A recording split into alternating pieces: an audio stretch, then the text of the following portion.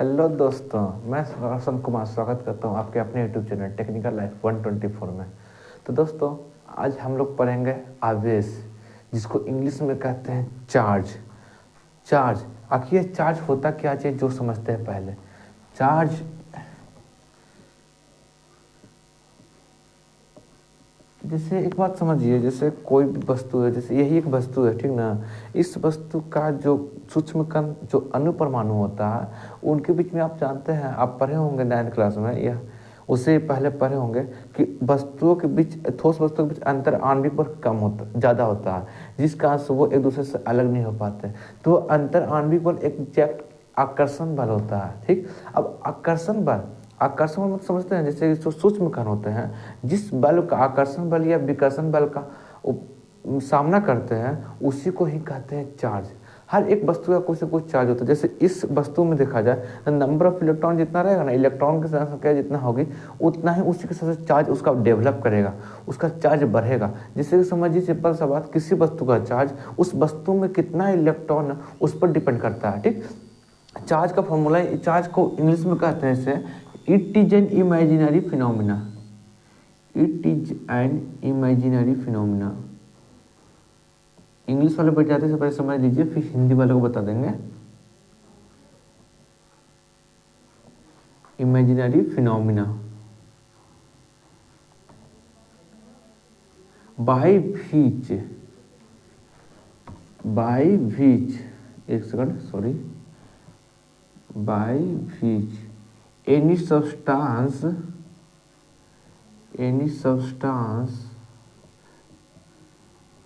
feel the experience the force of attraction and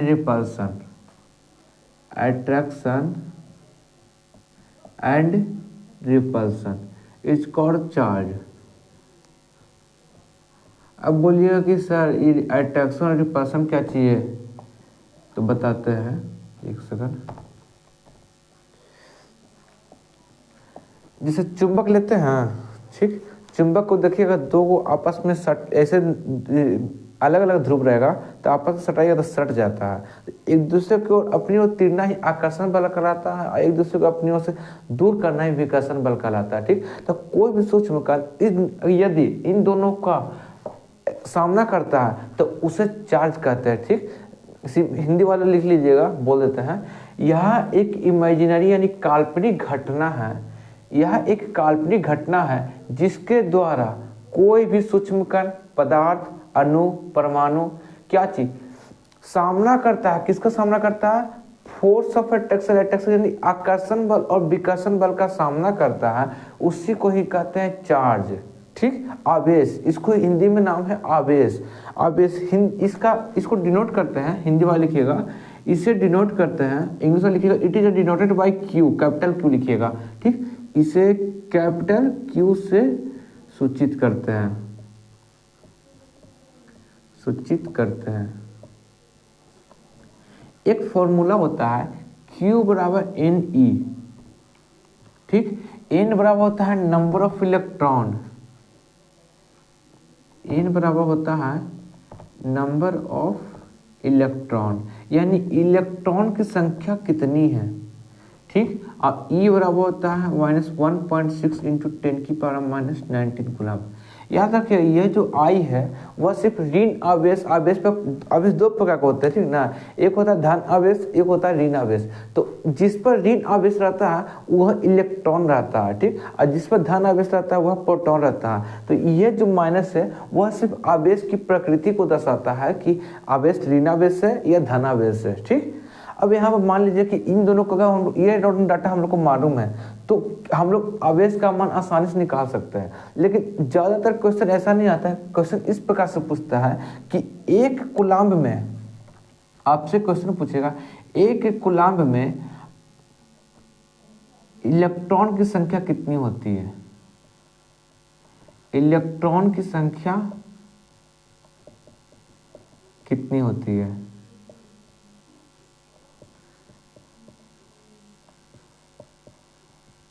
एक बात बताते हैं, बहुत सारे लोग क्या करते हैं ना, एक कूलम का डायरेक्ट रटे हुए होते हैं क्या चीज कि सर कोई पूछता है कि एक कूलम में इलेक्ट्रॉन की संख्या कितनी होती है, तो वो बोलता है सीधा सर 6.25 × 10⁻18 इलेक्ट्रॉन हो जाता है। तो ये किस प्रकार से निकलता है पूछिएगा तो नहीं बता पाएंगे।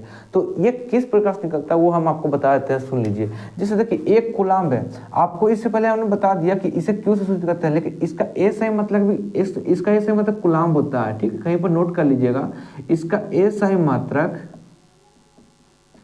कूलम होता है, कूलम यानी सी से इसको नोट करते हैं, कूलम होता है, ठीक, लिख लीजिएगा, ठीक। यानी अब देखिए सी मैच कर रहा है, यहाँ पर सी होगा, यानी कि Q बराबर एन, ई फॉर्मूला से हम निकालेंगे तो Q का वैल्यू कितना है 1 है, एन बराबर एन का वैल्यू निकालना है, ई का वैल्यू हम लोग फिक्स दिया हुआ है 1.6 × 10⁻−19 कूलम, 10⁻−19 कूलम, ठीक।